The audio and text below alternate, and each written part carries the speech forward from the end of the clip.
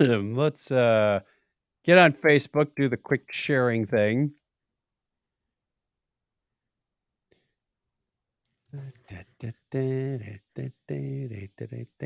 Where is it today? Actually, I don't know about you, but it shows up under my notifications. Share. I think I just got something on YouTube that said hello. Hey, I went to the Technorama page and it's still acting as me. That's I got closed captioning turned on. I guess I need to understand what I'm saying. 20 seconds ago. Yeah, I know. It's about right. Hey, we got somebody watching. Thank goodness. What? We sure do. All right. Welcome, lone listener. We're on viewer. we're on an off night. We had a personal thing come up last night, but wanted to make sure you got top quality content. So if that's what you're looking for, you're in the wrong place. I was gonna say, keep looking. Keep on looking. You know, I mentioned last week, I think we talked about it maybe on the Patreon show about getting older. And I mentioned that, there's an awkward time in your life when you're seeing your friends getting married off and stuff in your 20s. And then there's this time in your life when your kids and maybe their friends are getting married off. And you're like, wow, I remember when they were young. Yep. Tonight, tonight, Kim and I were out eating pizza and we saw one of our friends' daughters and we talked to her for a little while. And I was like, you know what? I bought her a drink before we left. And I was like, whoa, she's old enough for me to buy her a drink. Yep. Life, stupid life. I had a few feel good moments at the reunion last weekend when I saw some people who have not aged well. I went, I'm doing pretty good. I know. At least on the outside. I know a guy came up to my dad today. We were out, doing our walk run thing. And dad's 76. And Hey, Ralph. Huh? Hey, Ralph. Oh, hey, Ralph. And this guy was like, hey, how you doing? We were introducing each other. We see him in the park all the time. He's talking and he's like, yeah, I'm 74. He looked a lot older than my dad. Just depends, how things shake out for you through life. Oh, I saw that one guy at an old classmate, not classmate. He was a year younger than me in high school. We were part of the very first high school computer club. Oh. And he had like long white hair. He kind of looked like a deranged Santa Claus. Okay. All right. Well, I think I'll just stick with a little bit of gray on the sides for now. Yeah. Well, I look forward to hearing you about your reunion. Yes, it was good. Lots of time with old friends and reconnecting with some of them. Sure. Time with my daughter, Julie. So. Oh, she showed up? She graduated with you as well? We stayed at her house. Oh, that's a twist. Stayed at the daughter's house. Nice having somebody else take care of things. All right, let's get started with the podcast. That's what we're here to do. Yeah. So I'm going to go to my recorder page and play the recorder. Why do they call it a recorder? I don't know. I've always wondered that. It doesn't record a damn thing. No, not at all. I don't get it. Okay, let's take the pre-show banner down. Dink. Okay, pre-show banner's down. And we will begin recording in 5, 4, 3, 2, 1. Technorama episode 719. Technically, the glass is always full.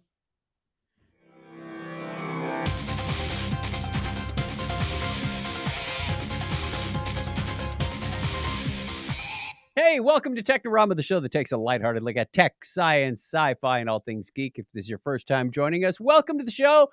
If you are returning, welcome back. We appreciate you giving us your time. My name is Chuck Tomasi from sunny Phoenix, Arizona. And right there is Craig Stepp. How are you, Craig? I'm sorry. I was distracted by my phone. I'm doing good. How you doing? What? That never happens. What world do you live in? I know. I'm like one of those little kids now, or texting all the time. We'll get into a similar story in a little bit. Yeah. Hey, but before we get super started, I know on the night the night we're actually recording this, Yes. Pee Wee Herman passed away earlier in the day, and I just wanted to kind of Not a I funny wanted to thing. give him a shout out because I really like Pee Wee, or Paul Rubens actually, and some of the movies I've seen him in besides just being Pee Wee. I used to watch Pee Wee's Playhouse. Yes. Um, you know, That was a lot of claymation. That's all I got to say on that intro. well, the first time, yeah, it was the first time I actually saw him. I think it was actually on the HBO version of his. It was it called Pee Wee's Playhouse, where he was. It was more of an adult version of his show, and it was. I was like, "Whoa, what's this? Who is this guy?" And I liked his comedy. It was off about like I like the kind of humor I like, and it was an instant connection. And I've always loved him, and I hate that he passed away. That was an era of character comedy. You look Yeah, at Steve Martin with his white suit or Bobcat Goldthwait and his yeah. yelling. There what was the other one? Uh the other guy who yells. Stephen Wright and his Stephen slow Wright. delivery. Yes, yes. Pee Wee Herman. Yeah, Mhm. there was a character to the comedy. They didn't just get up and tell you funny jokes. There was like a whole like world in there to Yeah, explore. sure. Yeah, and it was, and we got to explore it a little bit with Pee Wee, with Big Adventure and Big Top Pee Wee and the Holiday. Sam Kinison, that was the other guy I was Oh, trying to Sam remember. Kinison.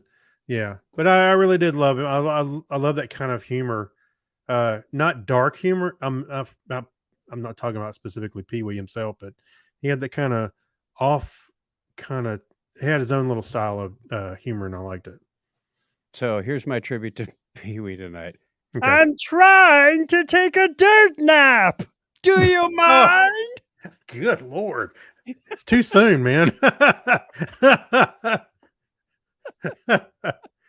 It's dark down here. Yeah.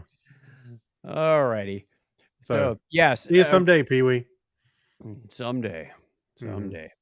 All right, should we get into the feedback? Let's do it. Let's do it. Let's play our feedback music. It's a question of the week. We asked you last week. We said we promised we'd get the question of the week. We Ding. posted it on social media yesterday, and everybody answered it. Wow. I quit. I'm out. I'm out. Yo, boy. He's out. Oh, by the way, don't let me forget. We do have an email reply. So Woohoo! I'll put that in the show notes right now as we're looking at it. I'll make up better words next time. That was all on the fly. I think we should do a Any song. prior thought. Okay, our question of the week last week is what sounds like complete BS but is actually true? And we got a comment from Lone Good Guy's show. Night who says leprosy is alive and currently living pretty well in Florida. Oh, well, there was a story about that. Leprosy in so. Texas, I think. I don't know about Florida. Maybe it was Florida. Oh. Mike Robison says that the T-Rex is closer in time to humans than the Stegosaurus. That's fascinating. Hmm. Yeah. That, you think both were really long time ago, but one of them was 65 million years ago, but the other was like another 100 and some million before that. Yeah. Interesting. Never thought about it. Stephen Weshy says the Beatles were not even together for 8 years, only 7 years, 7 months, and 24 days. I know. Isn't And that what an crazy? impact they made, for that short amount of time. Well, it depends when you count them actually starting as the Beatles. I mean, was it when John and Paul met? Because that was late 50s. No, it was when they were a band and they were playing. So it would be like Was it when they were they're the in Liverpool, Quarrymen, or was it finally when Ringo got on board? What was the actual genesis? I would When say did it's you the say first time Beatles? they called themselves the Beatles and they played. No matter who was the members, they didn't say who the members were, it just said the Beatles. So who are they whenever they Okay. played for the first time? I'm just being pedantic. Well, I'm being specific. All right. If you were in the military, you'd be general specific. That's right. Uh, Yeah, what's next? Mike has another one. Yeah, go ahead. That somebody admitted that aliens actually exist and the government has bodies and craft in the public hearing, and nobody seems to care. Oh, that was just the other day. They had the hearing about the UFO. UAPs.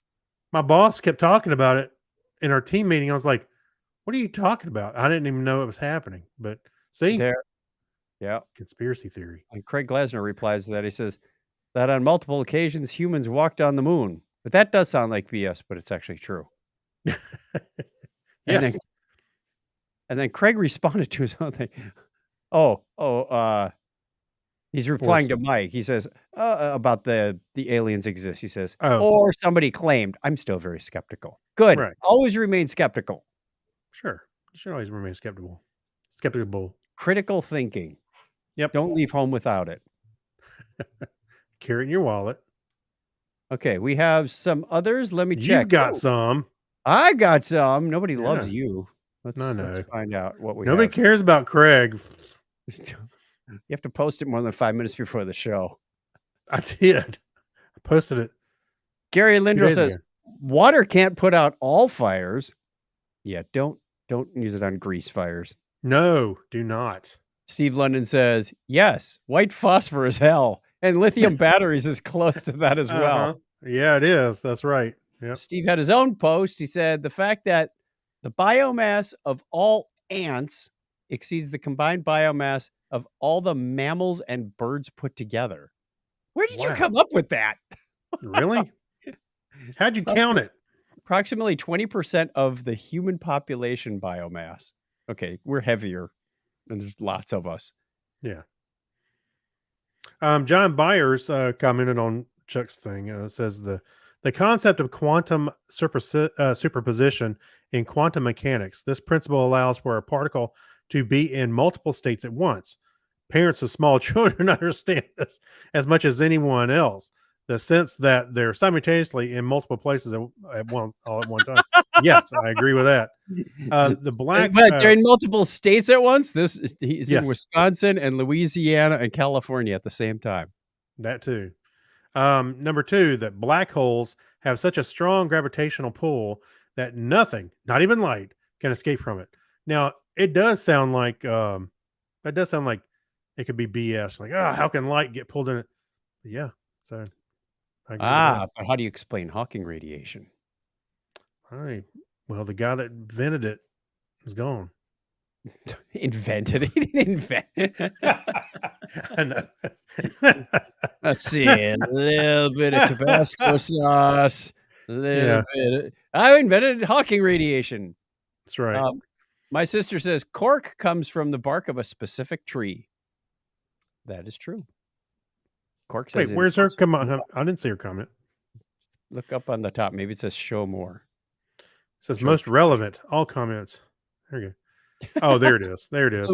My sister Suzette says the truth is out there. Yeah. Yeah, it sounds like BS to me. Good way to end it. No, wait a minute. It says the truth is out there. It's got a little accent on it. So you put the emphasis on the right syllable of there. That's right. Oh, and we did have an email comment. And it said, subscription renewal. This is why everyone is watching small fires inside empty old CRT sets.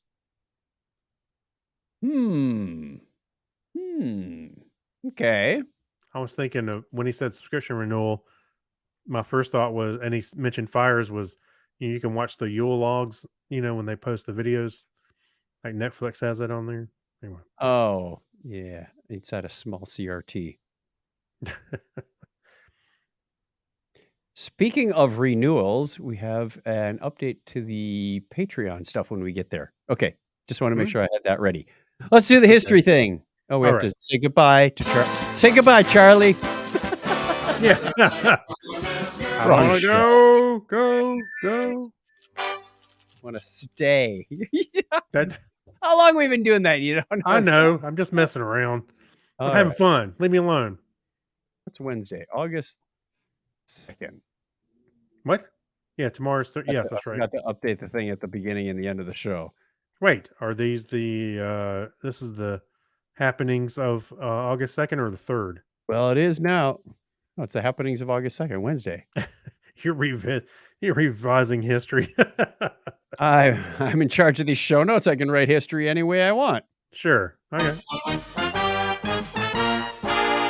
On this day in history for August 2nd, 2023, according to us, this is the 214th day of the year. In the Gregorian calendar, there are 151 days remaining in 2023. That sounds like BS, but it's true. Yeah. It was on this date in 60. Actually, this whole show is just going to take. We should have named it that. I was about to say the same thing, but I didn't want to interrupt you. It was on this date in 1610 that during Henry Hudson's search for the Northwest Passage, he sailed into what is now known as Hudson Bay. What a coincidence! What a coincidence. Good thing he didn't go into like Delaware Harbor or something. Yeah. It's just like how Lou Gehrig's got Lou Gehrig's disease. Very strange. Yes. August 2nd, in 1790, the first United States Census was conducted. All 3 people replied. Raise your hand if you're not here. Yeah. August 2nd, 1870, Tower Subway, the world's first underground tube railway, opened in London, England, in the UK. And also today in 1873, the Clay Street Hill Railroad began operating the first cable car in San Francisco's famous cable car system. Very cool. Wow. It was on this date. You ever ride the cable cars in San Francisco, Craig? Yes, I have. Yes. Okay. You got to do that once. Yeah, everybody should. It's pretty cool. It was on this date in 1932 that the positron, which is the antiparticle of the electron, was discovered by Carl D. Anderson. Hey, the Without it, positrons. we wouldn't have Data's brain. It's positronic. I thought the positron was what they use in a microwave. No, that's a magnetron. And Megatron is one of the never mind. Transformers. Albert Einstein and Leo Szilard wrote a letter to Franklin D. Roosevelt urging him to begin the Manhattan Project to develop a nuclear weapon on this date in 1939. If you rearrange Leo's name, it's an anagram for lizards. Schlizzards. Zillard. Yeah. It was 41 years ago today that the Helsinki Metro, the first rapid transit system of Finland, was open to the general public. On to the birthdays. Happy birthday goes out of this date to Swiss paleontologist and scholar Johann Jakob Schuxer. Born on this date in 1672. Oh, it gets better. I'm sure it does. That's what this show's all about. Got to get better at some point. Born August 2nd, 1754, French-American architect, engineer. He designed the Washington, D.C. He would design Washington, D.C. He designed the city, the whole thing. Pierre Charles L'Enfant.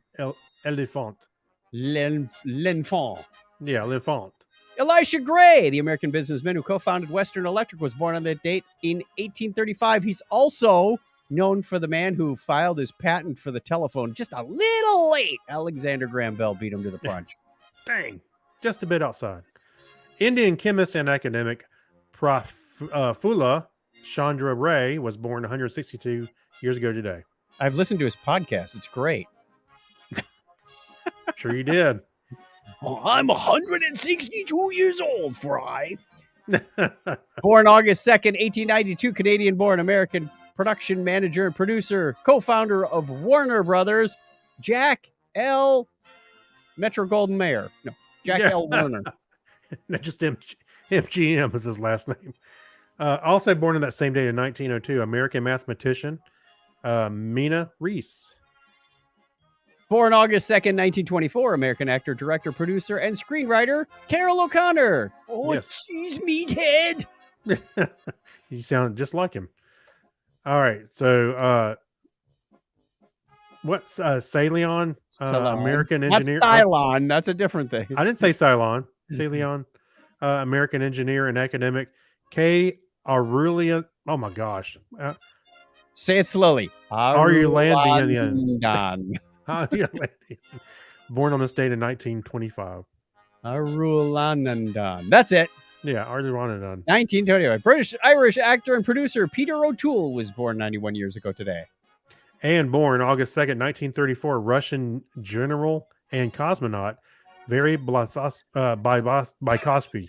There you go. Valery Bykovsky. You got the second. Yeah, Valery Bykovsky. There you go. Valery. That's a song by Steve Winwood. Also born on the same date in 1949, Hungarian general and cosmonaut Bertalan Farkas. Oh, we made a Farkas out of this show. Yeah. Also turning 70 today is American actor Butch Patrick. Eddie Munster, 70? Is that him? Wow. Wow, that's how old Pee Wee Herman was. 70. Yes. I didn't know they were the same age. They are. Listener birthdays this week include Clark and Diana, awesome people, and the kids of Gary from Jacksonville. Yep. On August 4th. That's also my parents' anniversary. August 6th has two birthdays, Fritz the German and my daughter Julie. Wow. Lots of stuff happening around here. And August 8th, happy birthday to Philippa Valentine. Hey. I knew I sensed the end of the music coming up soon. We did that one just on time. Hey, I was just thinking about T and Pip. I was just thinking about my daughter. How about that? What a weird coincidence. That's the way it was on this day in history for August 2nd, 2023. Wait a minute. We got to tell you one more thing. If you want to be on the birthday calendar, you go over to chuckchat.com/birthday. Give us your date, and we will give you a shout out at the appropriate time of year. Let us know if it's your birthday this week and you weren't on this week's calendar. We wish you happy birthday anyway. Thank you for sticking around one more year. We hope you do it again. We hope we all do it again sometime. Yep. Except Pee-wee. You know, he couldn't wait for this week's show. We should have recorded yesterday, Craig. I know, right? We're killing him in the aisles. Oh, too soon? Wow. Good Lord, you're getting dark. Hey, comedian passed away. Make some jokes. I expect everyone to laugh and have fun at my funeral. Oh, we will. We'll point and laugh. All right. We've been watching some Futurama lately because the new series started. Yes. And I wanted to. Oh man, I didn't get to finish today's episode. How much of the last season do you remember? So I watched the last episode of the last season 10, where Fry and Leela, stop time and go on. I barely remember that episode. It was so long ago. But one thing I did realize is I don't have a clip of Farnsworth saying GNE. There was another one. He said, maybe it was this episode. I got to watch. I didn't get to watch the whole thing because I was busy today. I was going to watch it at lunch, but that didn't happen. I didn't watch today's either. He said something, and I was like, oh, we got to get a clip of that. Yes, there's a couple of clips that are missing. Like, oh, yeah, man, I'm gonna go back and do this again. It's easier now, man. I used to have to hook up the H2 into the stereo system. Now you just play it on your computer and go record. Yeah, hit the big glowing, pulsating green, shiny red button, the jolly candy-like button. You can put the birthday calendar banner away. By the way, I was still promoting it. Okay, well, top secret news, everyone. Well, it's not really top secret because it's coming back. We kind of scheduled this. So in 2 months, at the end of September, in fact, September 24th to be precise, the OSIRIS-REx capsule will come back. It's not a dinosaur with short little arms. This is the satellite that went out to the asteroid Bennu and picked up the got a soil sample. Was it Bennu? Was that the full name? Or was they hit the I forget the entire name, but that's the one they hit, and it was really like a conglomeration of loose rock. Yeah. So they were able to get some they actually samples picked from up too much. They said, oh, we just need a little bit. And they went, scoop. Oh, that's more than we get. So we get bonus sample material, and it's on its way back while the mission continues on to another asteroid, Apophis. And if you watch Stargate, that's not a good thing. I have no idea what you're speaking of. Okay. Apophis was the bad guy for Okay. like the first 5, 6 seasons. Anyway, uh, the capsule really has no guidance, so they're just going. It's going to touch down in the deserts of Utah, and they've been making some practice runs. Like, do we know how to pick it up with a helicopter? Do we know how to approach it? There's a picture of this guy. I got to show you this on the screen for those that are watching at home. Let's Which do one you talking about? present, share screen, and we want to do entire screen for this one. This guy's looking at it like, I'm not touching that. Yeah. It smells funny. It's been out here in the desert and Yeah. rotting. So I'm looking forward to seeing I don't know what they find, but I want to see the contents, spilled out in NASA. Well, they're going to take them to where did they say they're going to take them to? Was it Houston? JPL? Yeah, Houston. They're going to take them to Houston, and they're going to open them up in what they said. This is where Science Canister itself will be opened at the Johnson Space Center. It will be opened at a specialized clean room and inside a glove box. I don't know why they need to open it in a car. It's a but 1971 Volkswagen glove box. right. I don't know how it fits in there, but science. I'm not real sure either. Science. No.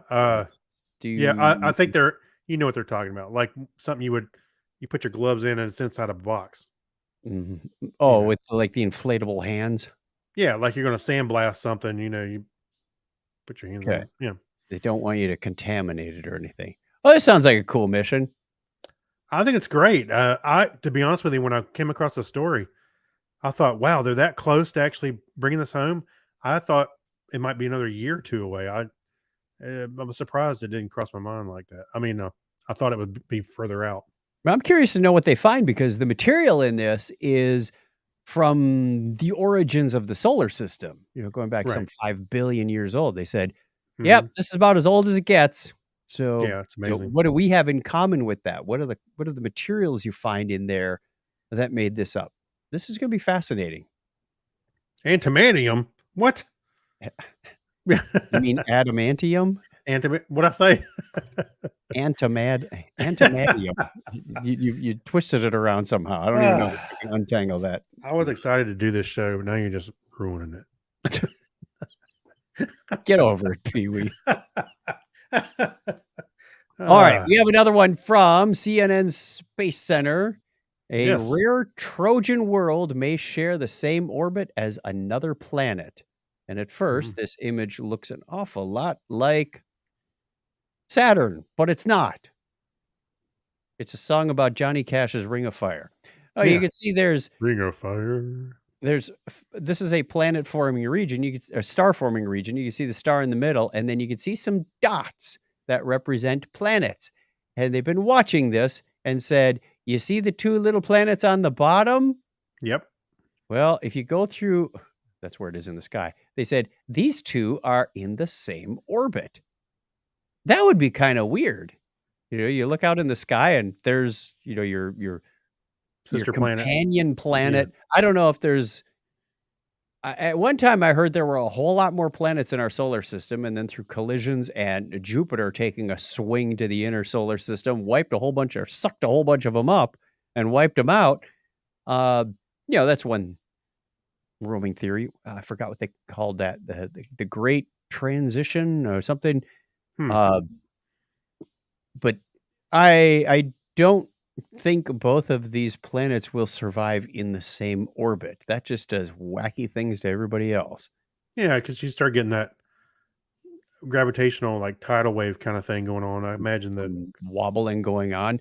Well, another planet could have this is SETI Alpha 5 and 6 and 7 Yeah. and 8. We got hungry. What happened, Con? Well, the two planets share the same orbit. Yes. Oh, I was talking about Con. What happened, Con? I thought you Well, were the two starting to get into that talk with your parents. When two planets share an orbit in a very When they- special when way, two planets really love each other. and they get together in a special orbit in a special way, Yeah. they make a little moon. Gotta have the talk, the space talk. There's so many jokes we could go to. I'm not even going to mention asteroids. No, that's don't. All right. Let's do not. Instead, Oh, and I was acting silly earlier. let's go to the chat room. We've got a couple people hanging out with us. We got Lisa and Ralph are out there. If you want to catch us, normally we do this on Sunday nights, but okay, so this was an exception. It is a Monday night at 8:30 Eastern time. We would love to see you. You just follow Technorama Podcast on YouTube or Facebook, and you'll get the notifications. Or X. Or X. Twitter. That just feels like it's saying the wrong thing. I know. By the way, did you see I don't know if you saw this story today. They changed the sign on the building and it's a big X. It's a big X. And I watched the video and I'm like, wow, if I was in the apartment complex across from that, I'd have been furious because that thing was just blinking and staying on bright. Well, they also may have been in trouble with the city for not getting the right permits because they closed down 2 of the 4 lanes on that street to hang the sign. Oh my gosh. People can't do anything right these days. No. Well, it's a good thing I sleep with a sleep mask on. I wouldn't see those flashing lights anyway. Oh, I've had to do that a few times. Yeah. Shall we continue on with the next segment of the show? Why? Let's do. All right. This is where we remember some fun stuff. And I thought this one would tickle your fancy, Craig. Really? Because you used to run as an ISP, right? I did. Did you have some dial-up lines? Yes, I had 40 of them at one point, 50. Well, back in the 90s, 1998 to be precise. Are you going to share your screen? Yeah, we could. Okay. We could just go like that now. Yeah. The grand old days. This gentleman said, I am a data whore. He collects everything and saves it. And he was strolling through his old emails from 95, 96, 97 and found this one that's, I don't know, because you can. Maybe he has unlimited storage somewhere. No, I said, wow. I didn't say how. I thought you said why. You said why. Well, there is a why there, but yeah, okay. Yeah, but still. 25, 30 years ago, dial-up was it. You didn't have much choice unless you were a university or something. Or major company. I remember when I we was first thinking that why would he keep his email? But yes, yeah. And he was dialed in, and he got an email from the president of the ISP that said, "You have been inactive for 20 hours." Well, you wouldn't, and he said, "But I've got unlimited service for 3 accounts." Yep, and 3. Normally, this might be a problem for households because if you're on the modem, you can't accept incoming calls. And heaven forbid, somebody should want a ride or groceries or something. Well, he said that wasn't an issue because my parents installed a second line, which I've had that too. Nice. I've had that in numerous households that we lived in, except this one. I don't have any lines. And why would I? I know. I don't either. Yeah. When we moved out, I was like, nope, don't want a landline. Good luck. Where was I going with this? Oh, so he got this mail that said, "You've been online for 20 hours. And it was just kind of a sign of the times. And he thought that was kind of fun. It said, "Thank you for allowing Networks," which is the name of the company, "to provide internet service. I'm writing because when checking the system this morning, I noticed your account logged in for over 20 hours. Our service is unlimited, but we ask that you actually be using the connection while logged in. This has not been the case on occasion with your account. We must ask that you take measures to ensure that you disconnect after any given session." Now, this is where it gets kind of wacky.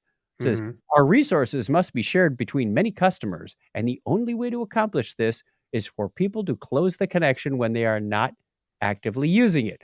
Please help with this by checking your dialer settings and setting it to disconnect after 30 minutes of inactivity. Please also uncheck the option in your email program that automatically checks mail every 10 minutes. Or set it to some number higher than 30 minutes. Yeah. Or AKA a keep alive. Yeah. Well, I kind of feel for the president a little bit. I understand it's unlimited, but you're actually physically calling from one modem to another. And tying up their phone line. It's not like the internet where I'm just talking to a port somewhere. So yes, you are tying up resources. I feel for the guy. I understand where he's coming from.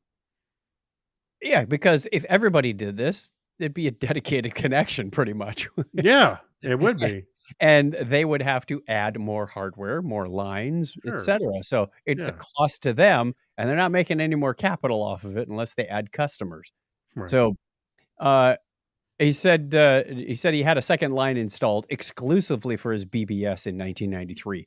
Dude, Mhm. you kinda caught the tail end of BBSs. I gotta tell you, that's about when I shut mine down. 3 and 93? Yeah, because I could see the internet was coming, and there was no life for BBSs after the internet. Yeah, well, I tried to tell my business partner, it was around what, 2004, 3, something like that, that, "Oh, cable internet's gonna be the thing." And it was, after a while, Yep. but, he just like, "No, no, no, we're fine." And he tried to justify, or no, I'm sorry, the phone company would not let us resell the cable internet, uh Right. I'm sorry, they would let us do it, but we only make like a dollar or two. It was like pennies, compared to the. So Yep. we were getting pushed out. But what was funny was, speaking of dialing up and tying up phone lines, is the phone company was still charging per hour when we opened the doors, and we were charging 19.95 unlimited. Call as much as you want. No, Yeah. not and it was like a support group for the phone company customers. And we had so many people show up, so it was a good start for us. But then they got a little pushy with it and started giving out extra phone lines for free installation, that kind of thing. Well, he did some more research. He said, it got me thinking, what was he doing on that day that could have taken that 20 hours? He checked his school schedule. He said, oh, I had exams the day before, so perhaps I was just taking a day off.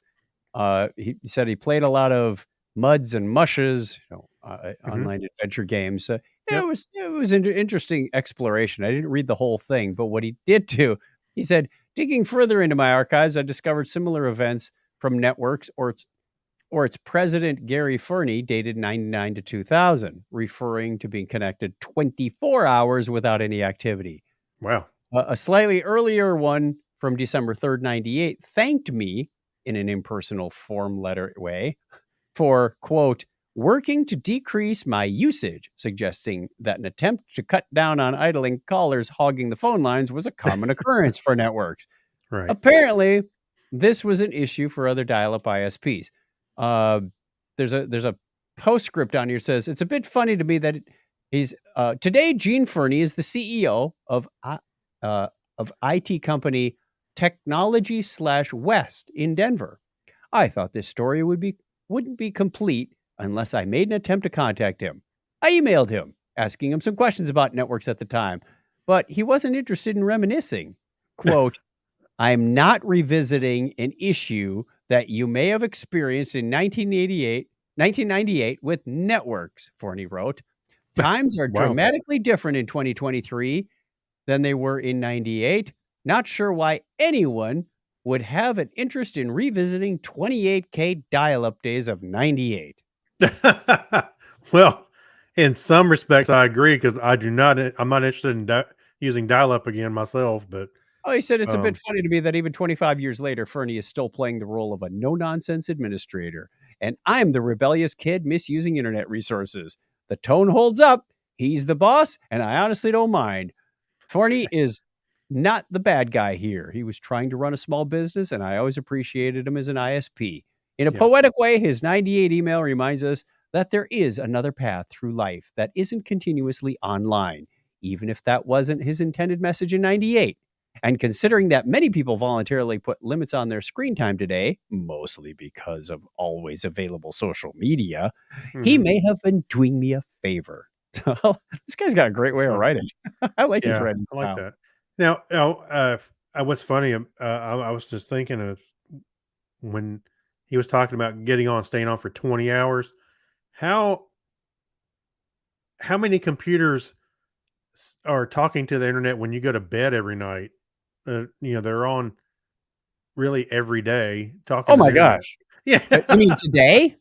Yeah, in your house, how many Oh, it, computers are most of the online? IP addresses. I think I've got what somewhere north of 75 different IP addresses in this house.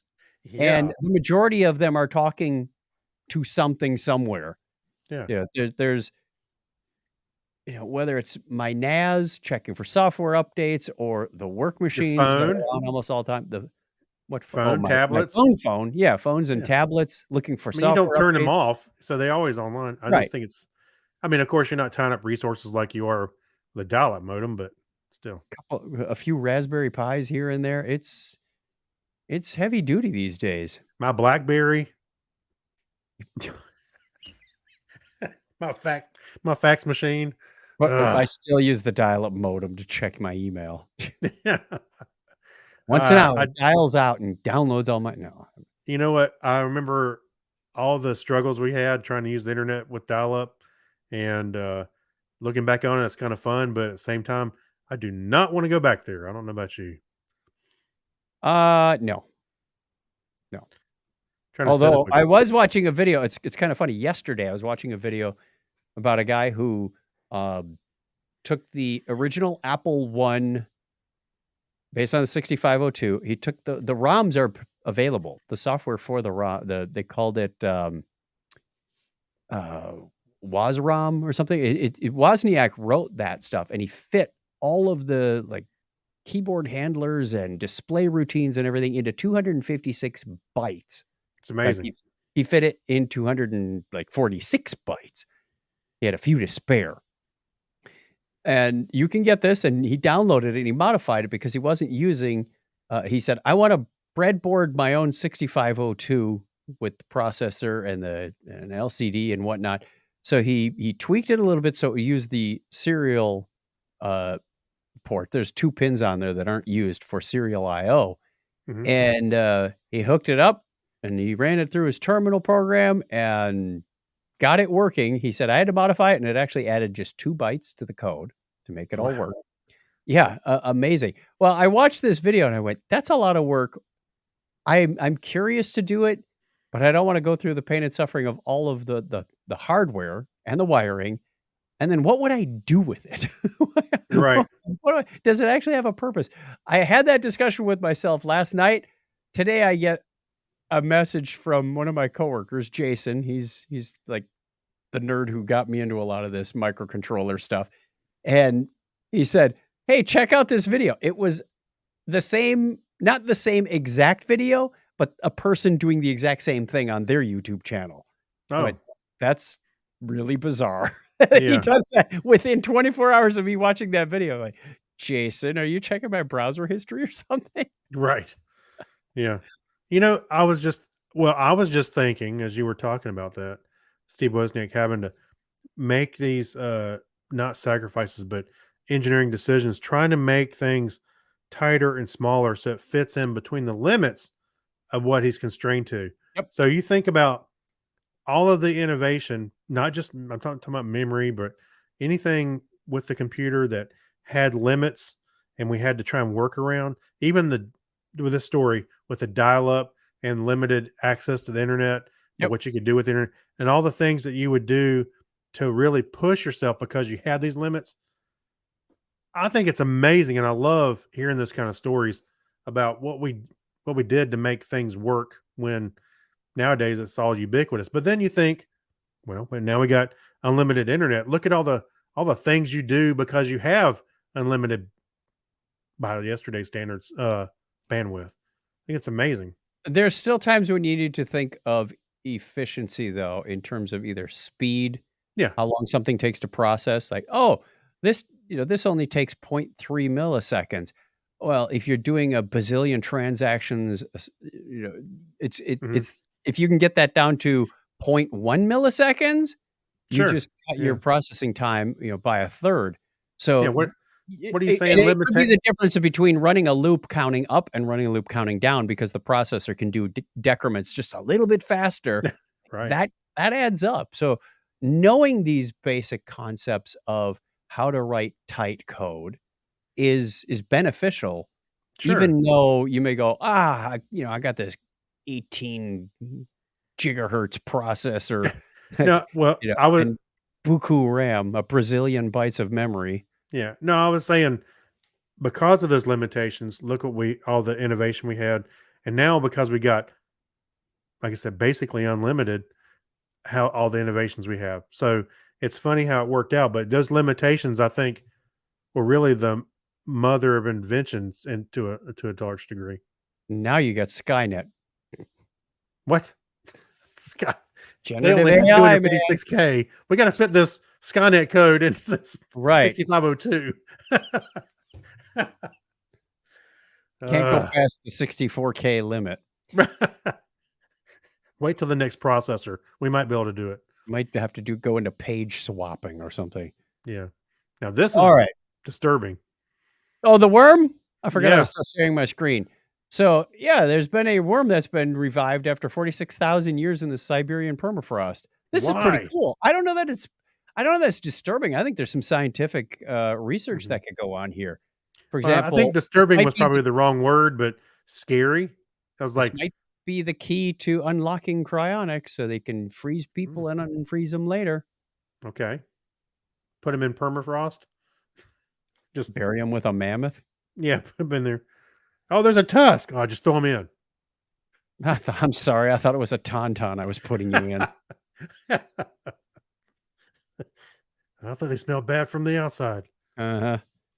So I did not. You added this later. I did not have a chance to read this through, but it's pretty cool. I think there's some real science that can be had out of this. Oh yeah. Well, I didn't read the whole thing either, but After I thought it thawing was the worms, the scientists used radiocarbon analysis of the plant material in the sample to establish the deposits had not been thawed since between 45,839 and 47,769 years ago. That's pretty dang precise, but I figure it's a range based on the decay. right. Phew. This Make little more worm though, worms. it just scares me a little bit because like, is this really safe to bring this thing back? Sure, it's a roundworm. We have them today. Yeah. Yeah, But you don't know what kind of bacteria or whatever this thing was holding on to. that's fine. Maybe I've seen too many movies. Once you suck the juice out of it, it's great. You just pull the head off and Right. Yeah. Tastes like chicken. thin, rubbery chicken. Yeah. Hey, more comedy gold. Rubber chickens right there. Yeah, rubber chicken. Okay, on to the next article. Zenith, known Yeah. for their electronics and consumer stuff and TVs. I think we even had a Zenith or two in my day when I was a young lad. They came out with the first wireless remote control, but it Mhm. did not use, well, I shouldn't say first. They came out with an early one. Excuse me. Yeah. And there's a great article on our show notes over at episode 719 at the Technorama. I almost said the topic is correct. I know. I could hear it on the tip of your tongue. Okay. The topic is Technorama. Still Right. works. Yes. Okay. .com. And they came out with a remote for the TV. And we had one of these. It wasn't this exact model. It was an earlier model. And I can show you if I do a quick Google search. I'll show you, the one they've got here is a beautiful specimen. This guy found it in his attic. Like, Yeah, it once was in he his up- dad repaired TVs, and this was in his dad's collection. And I think we've talked about these before, but this is a really well done article on how it works. They said, Mhm. at first we thought we could use infrared, but that would mean batteries, and people would be constantly running out of batteries, or thinking that the remote was broken, or the TV. Worse yet, the TV was broken. Which Because- is what we do nowadays. Yeah. And then Yeah. they thought, well, what if we used radio waves? They said, that's no good because radio waves go through walls. So it'd be changing the channel on your neighbor's TV at the same time. That nobody Right. wants that, unless they said, oh, but you could put in, some different frequency encryption, whatnot, and they said, yeah, that's great, but we had vacuum tubes at the beginning. So your And- remote would be the size of a refrigerator. And Todd over there goes, What's encryption? So what happened was they settled on ultrasonic waves, very high frequency. And I remember looking in this thing and going, how does this work when I was a kid? All you could see in there were like 2 rods or 4 rods. They were like, this is it emitting something? Right. What was going on is this very solid mechanical click on the button. Clank. You Yeah. you'd feel it going down, and then all of a sudden it snaps to release a hammer which hits these rods.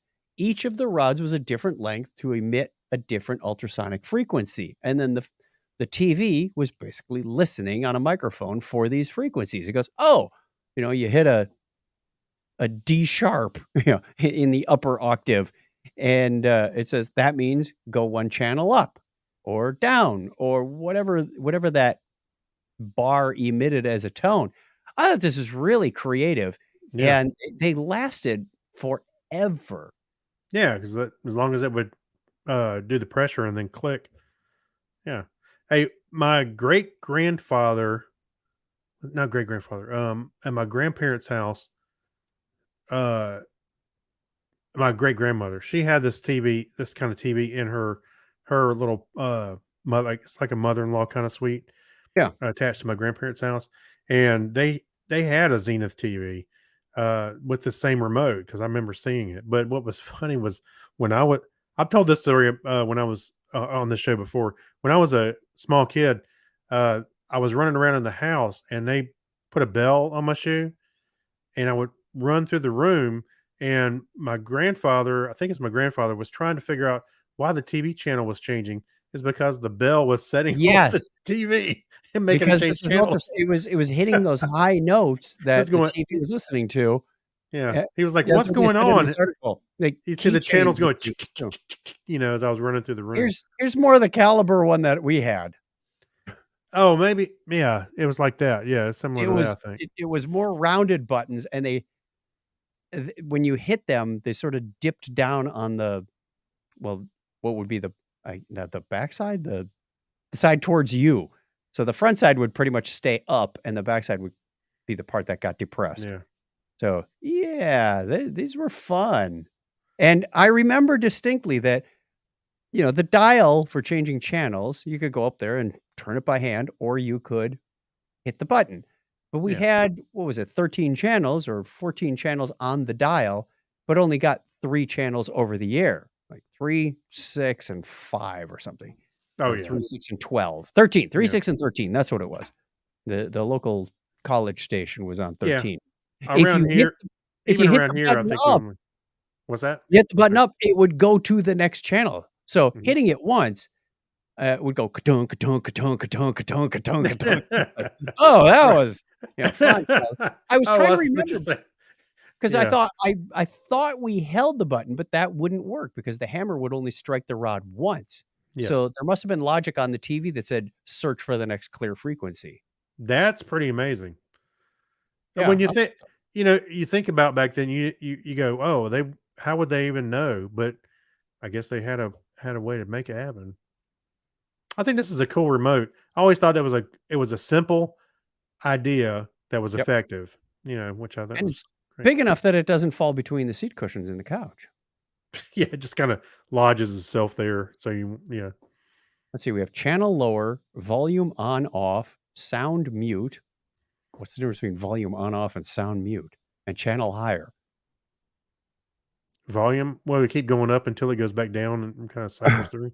Wow, sound mute is one button and volume on off is another. Maybe it's button. just mute. Maybe it's just mute, like volume mute, because there's a lower mute and then higher under the words channel volume, and so maybe it was just a mute. You hit it once. You hit it Oh, again. wait a minute. Wait a minute. The nice bright color picture on this one has a different representation. Same 4 buttons. Now check this out. I was looking at the one that I was using. So the one that we used, let me bring that back on the screen. The one that Yep. we used looked like, where is it? That's NASA. That's it from Bennu. Did I close it already? I did. I closed it. The one with the Oh, here. This is the one. Oh. It says channel lower on the Yep. left, channel higher on the right, sound mute is second from the right, Yeah. and volume on off. Now, What? Exactly. That's what I was going. That doesn't this make one- sense. This one says channel lower, channel right. Yeah. So that's your left and right buttons. The middle two are volume, mute, and then on off. So I think this one's just labeled poorly or something. Like Yeah, it's volume while it's on, that doesn't make any but it's sense. an on-off button. Yeah, I'm not sure. One of them turns the TV on and off. Yeah, So I it remember seems we like didn't it have to should get out say, of the bed. You hit the on-off button late at yeah, night, and you watch the picture disappear into that bright dot in the center. yeah, that's right. All right, let's continue on. Yeah, Somewhere let's I move along. We're starting to run let's a see. little long here. Are we? Yeah. Really? Okay. It's podcasting. It's Well, didn't cost let's us get on with anymore. our patrons then. All right. Thank you very much to everybody who supports the show. You keep this going. It's your fault. Thank Your you, fault. You're Alexis enablers. Duran, Yep. Amber Elstad, Amy Bowen, Abner Braverman. Thank you, Ben Vaughn, Brian Brown, Chris Martinez. And thank you, doubly Chris Martinez. He just upped his membership from $2 to $5. So someone's getting a t-shirt as soon as we make the design. Yeah. Thanks, Chris MC, Dandy Man Coyer, Dean Jensen, Denise Inglis, Gary Lindros, John Clifford, John Noble, Yorga Shrawin, Crazy Joe Adventures. Thank you, Kyle Nishioka and Leon and Mark Kilfoyle, Brad Miller, Mike Wills, Saturday Morning Media, Stephen Weshy, Steve Cody, Steve Therian, Steve Webb, Steve London, and Tim Cook. I kind of like where that ended on that music. So let's kill it there. That's right. And Steve Cook. So if you want to be part of our Patreon club, you can go over to patreon.com/Technorama podcast for as little as $1 a show. Or if you want to up it to $2 or $5, you get more stuff. We just ordered more postcards. Our thank you postcards are on their way. We will be signing those together The in workflow has started. at DragonCon and mailing them out to all of you. So make sure your postal address is up to date on Patreon somewhere in the comments, or email it to us if it's changed since the last year. Thank you, thank you, thank you. Okay, quickly, let's go through what we've been watching aside from the Star Trek.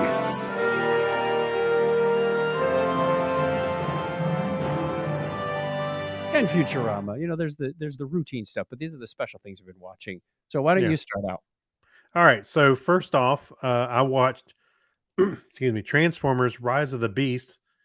It was on Paramount Plus. I like the Transformers series, all right. You know, I'm not gonna say it's a epic, series, Documentary? but yeah, it's not yeah, exactly. So but it's fun to watch. Now the movie I talked about not too long ago, Bumblebee, is a precursor to this one, and it really has nothing to do with the previous Transformer movies other than Bumblebee. Right. So Bumblebee, then Transformers Rise of the Beast, and it was good. Good enough to enjoy if you like seeing robots, transforming. So yeah, I can't say much about it. They were trying to save the world again. I kind of lost interest after the first one. I thought it was novel. The one problem I had with the first one, well, one of the problems I had with the first one is when you look at the toys, right? And you start out with a car and you unfold it. It took some engineering to figure out what part has to end up where to be a Yeah. robot. Yeah. With the movies, they just kind of flash some CG panels around and suddenly it's built up. Yeah. And never mind about the mass of anything, how this car size thing can go Right. into becoming this 15-foot robot. Yeah. It was like the physics and the mechanics were all wrong. And I just went, you're Well, not even trying, animators. You're not even well, trying. I wasn't looking for it to be scientifically accurate. But I enjoyed the Bumblebee one and the new one. And they're set in the 90s, so there's a lot of 90s kind of nostalgia in there a little bit with the types of cars they are, that kind of stuff. So like I said, I enjoyed it enough. I'm not saying it's great We're movie. getting old. If the 90s are now nostalgia, we're getting old. Hey, there's a station in Charlotte, and before you would hear mostly 70s and classic rock kind of stuff like that. Well, the last few days I've heard it in the car. I'm like, they're playing 80s music. That's here it comes. 80s is now classic music. Oh, yeah. Here's some classic Nirvana for you. Like, oh, Yeah. yikes. Yeah. And Anyway, Britney Spears. well, Transformers Rise of the Beast. It's good enough. Like I said, I'm not saying it's great. Slightly recommend it. There you go. Slightly recommend it. Come on, out of 0 to 10, what do you give it? Just I'll give it about a 6. It's 5 or 6, okay. something like that. All right. My first one is I watched some Netflix this week. So the first one is Missing, the Lucy Blackman case on Netflix. True crime story movie about an hour and 30 minutes long. Not too terribly long. Goes through the case of a young woman from England who went over to Japan to study and went missing. So her father and her sister come over to start this campaign.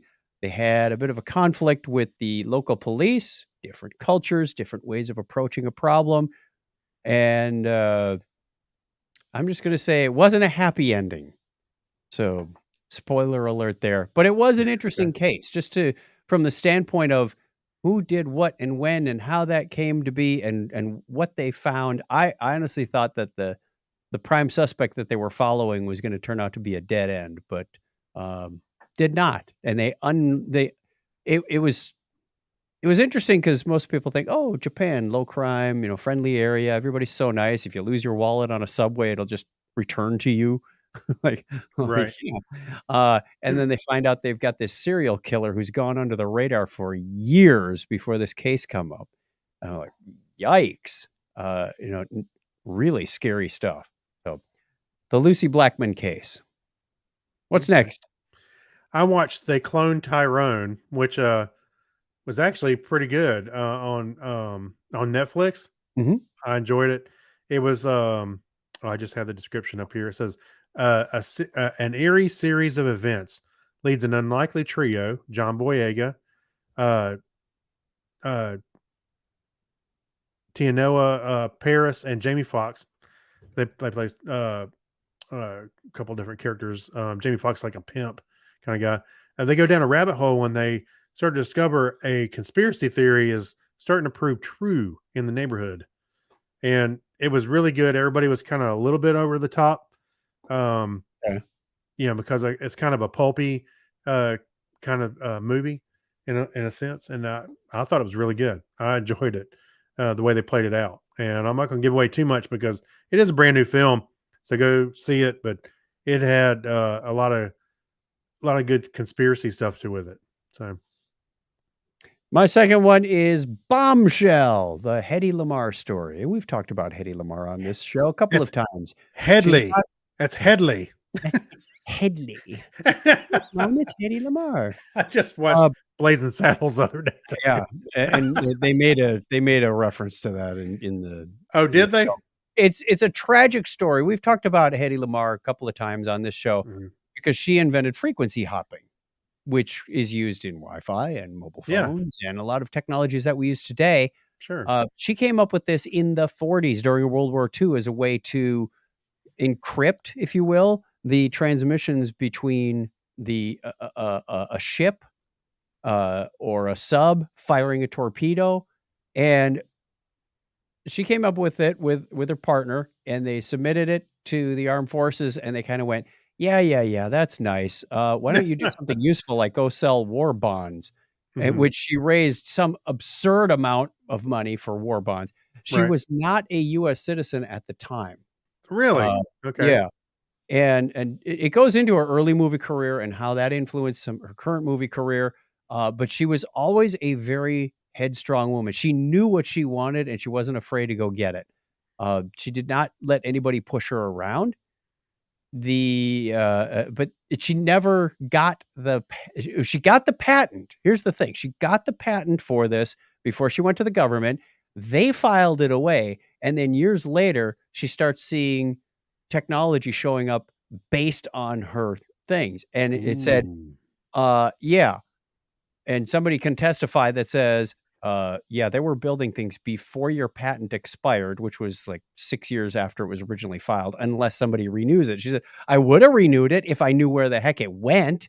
But they locked it away, and she really kind of got screwed over. It's a tragic story about her career, her technology, and wow. She I always thought of her as just an actress. I didn't realize. We've talked about the frequency hopping thing before. The torpedoes. I mean, Yeah, but I mean, I didn't put two and two together. That's what I'm saying. Yeah. Okay.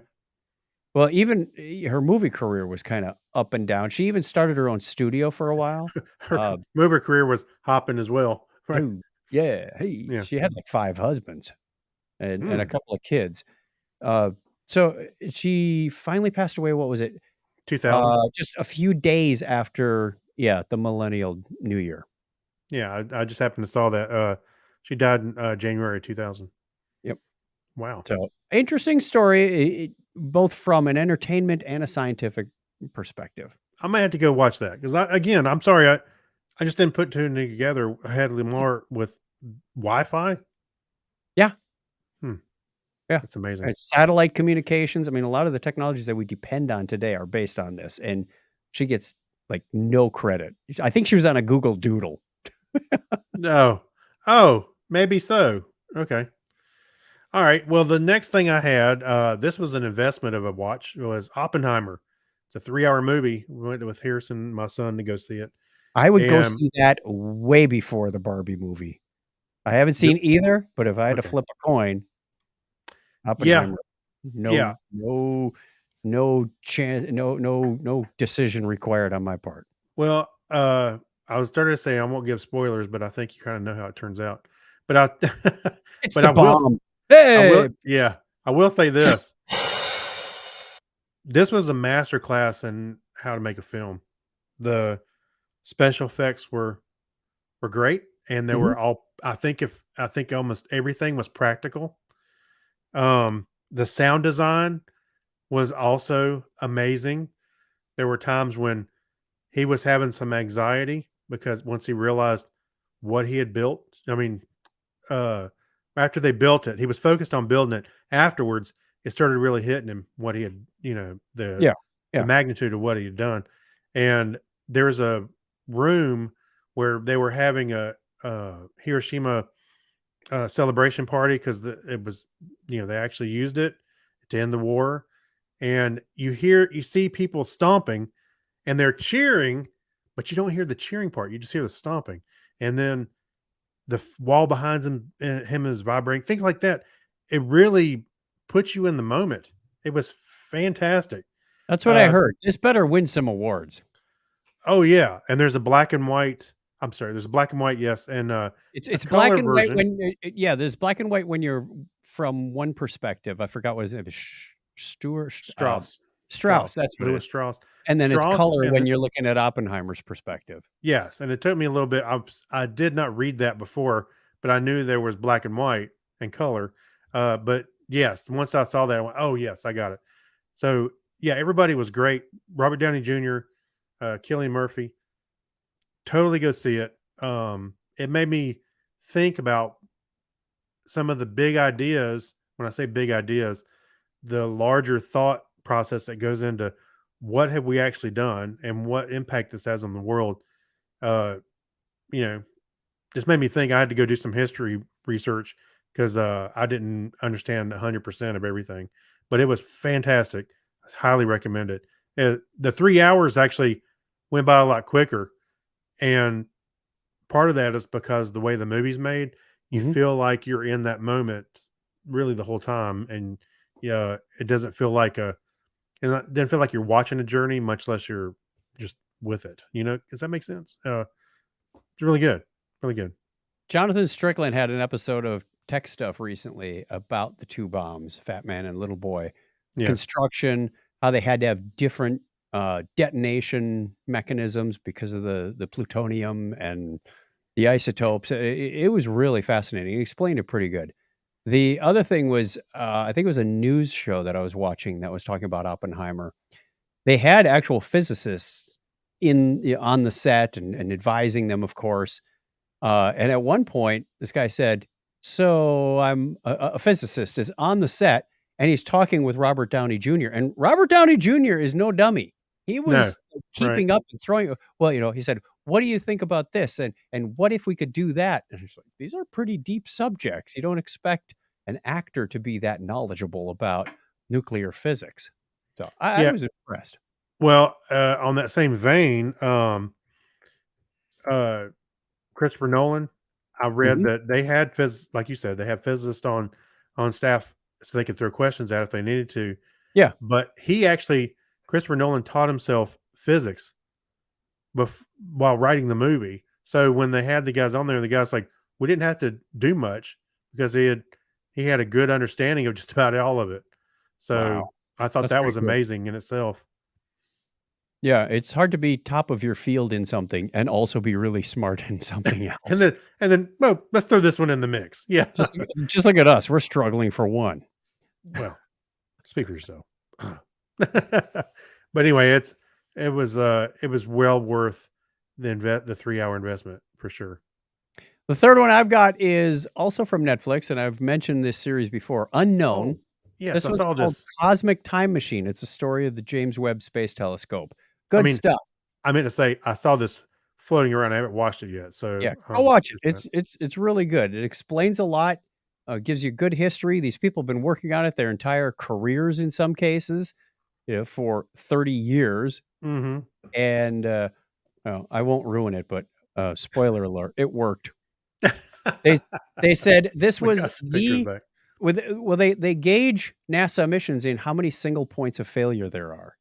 And they said, what was it? The Apollo mission had something like 60 points of single points of failure.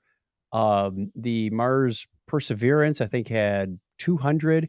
This thing had something like 360 single points of failure. That's like if one bolt comes unscrewed, the whole mission. If the Oh, yeah. solar Yeah. shield doesn't deploy right, your mission is a failure. And it's still floating around there with like 10 of them because they're just operational single points of failure. But that was mind-boggling. They said if anybody believes that luck doesn't have some part to play in these missions, they're lying to themselves. So, Right. Oh, yeah. Cosmic Time Machine, go find that on Netflix as well. All Okay. right, real quick Will through do. the media corner, then we'll get out of here. Yeah. NASA is launching its own streaming service, and I made a prediction that said I'm betting they're gonna call it NASA Plus, and they are, and it's going to be free. Well, yeah, our tax money's paying for all this, so Which is good. Oh, well, it'd be nice to turn our government into a revenue stream other than taxes, but think about it. would it? So Would it? if you want to keep up with Artemis or whatever, Mhm. the apps are available on a number of platforms, Roku and iOS and Android. I don't know if they're available on my Samsung TV, but I want to sell that thing anyway. You wanna sell it?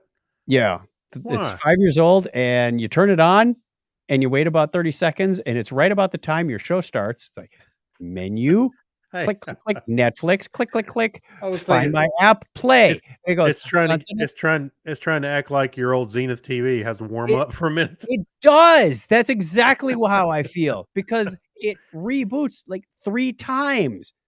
You have to turn it Really? on 5 minutes before you're ready to watch TV. It's really Wow. irritating, and it only started doing that a couple of years ago. Thinking, once it's Hmm. on, it's fine. So Yeah. maybe somebody who runs a bar would be happy with this. I don't know. But it's only worth a few $100 now. Yeah, Maybe if we can't sell it on Facebook Marketplace, we'll just donate it to a church or something. yeah. Or do like the last TV and have the installers haul that away too. Burn it in the yard. No. No. So NASA Plus. Looking forward Yeah. to it. Finally, an old article for you. This probably could have gone in a media corner or remember when. What's a YouTube It's video? a YouTube video from 1965. The channel is the MIT Science Reporter. No, the channel is called like From the I gotta vault look. of MIT. That's it. Thank you. It's Mhm. called Computer for Apollo. They go through what it took to build the computer that ran the Apollo space mission. And Yes. my God, this is scary. They're using core memory, which are these little round iron donuts. Right? And he says, this module is 512 bytes of memory because it's got 512 donuts in it. And the Yeah. donuts are wired in by hand. They're literally sewn into this matrix. Well, we saw that at the Computer History Museum. Looked like a We like a saw like a like a lattice. It looked like a yeah. weaver's grid. No, these are like little Yeah. rectangular cartridges. What we saw looked like a window screen or something, but had little magnets all in the thing. Right. No, this is take that and fold it up like 16 times. That's Yeah. about what you got to do. They also had, when you're watching movies and you always see the astronauts punching in on this keypad, and you're like, what are they punching in? They explain that. There's like no operating system in this thing. They're punching in different opcodes, and they call them nouns and verbs. And they said, now here, if I punch in the noun 53 and the verb 58, we can see this thing counting down. Like, what's it counting down to? That's funny.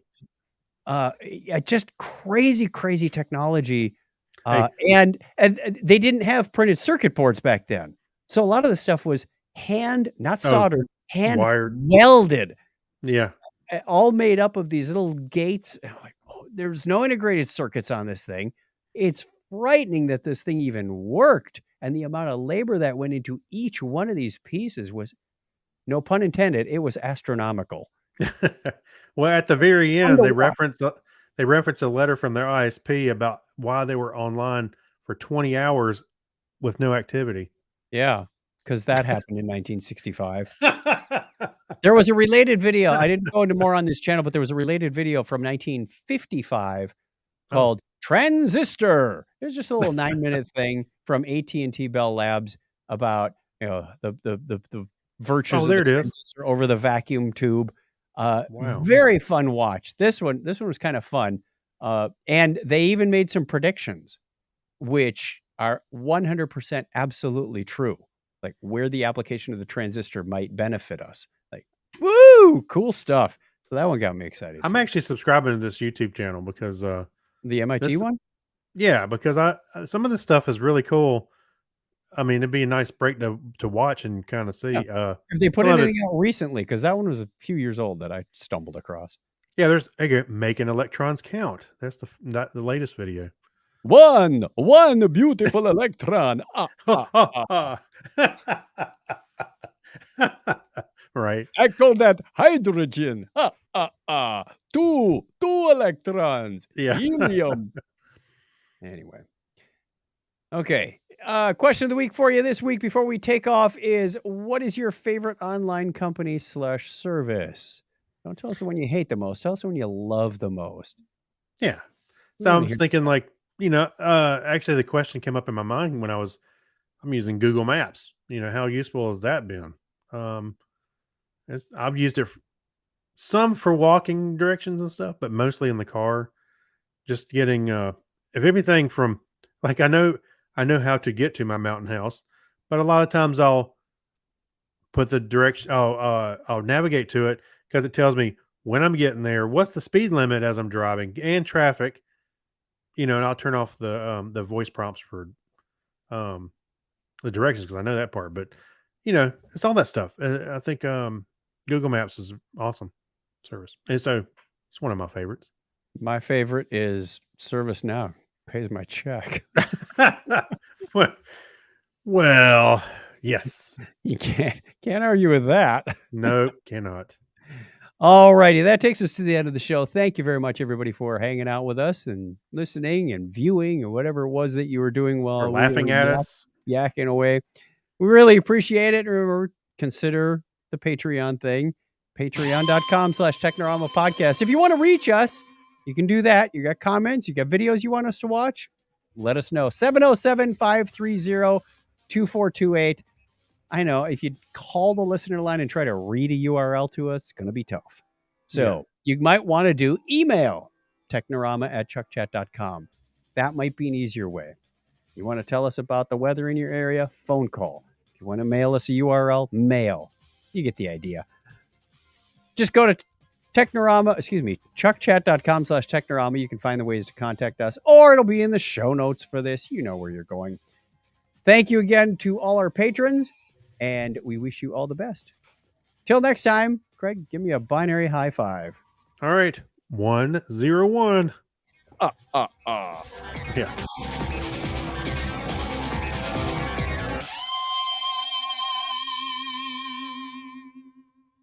Sounds like BS to me. Had to tie it back. You're right. That's right. Alrighty.